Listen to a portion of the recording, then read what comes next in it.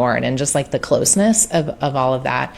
But one of the people, he always said, we have to eat, right? Like we all are eating dinner every night. And so like, if you want, to engage with your neighbors and do those things, like just invite someone over to dinner or invite to meet out to dinner. Like it doesn't take much more effort to double your recipe, to invite the family next door.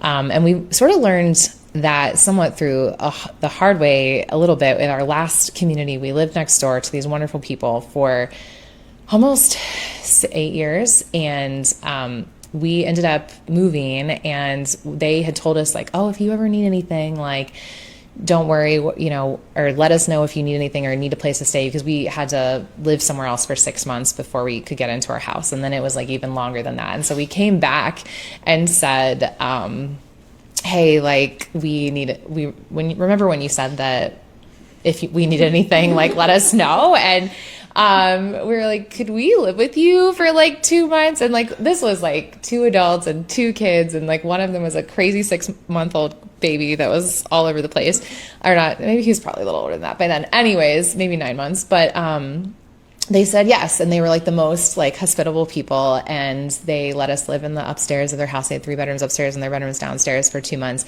But we got to like such rich, like relationship and community now with that couple. And it just like boggled my mind, because it was like, we lived next door to you for 6 years, but it took like this intentionality. Obviously living with someone is very different than living next door, but like that experience of like the closeness of community in those 2 months was like amazing. And just like thinking about how in other cultures too, like the grandparents and the families and the grandchildren like all live in the same house, and how like that community enriches like everyone's lives. So I think about that a lot, how we like isolate and want our own space and all of those things, but sometimes like the physical like living